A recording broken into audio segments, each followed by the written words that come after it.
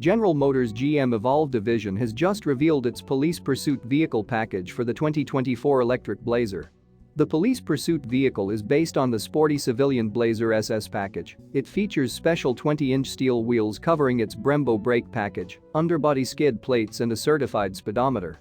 There are standard power folding mirrors, but the liftgate is manual because no cop has time to wait for an electric version to cycle through its moves, a rear camera mirror, and a protected idle feature for the keyless entry system that allows the emergency equipment to run for 20 to 50 hours with a full battery.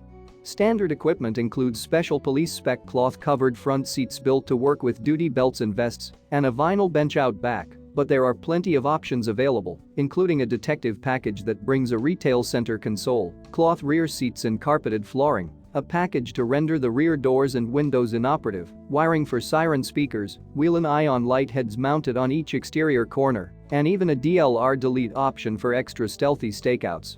GM says the Blazer EV PPV has an estimated driving range of 250 miles.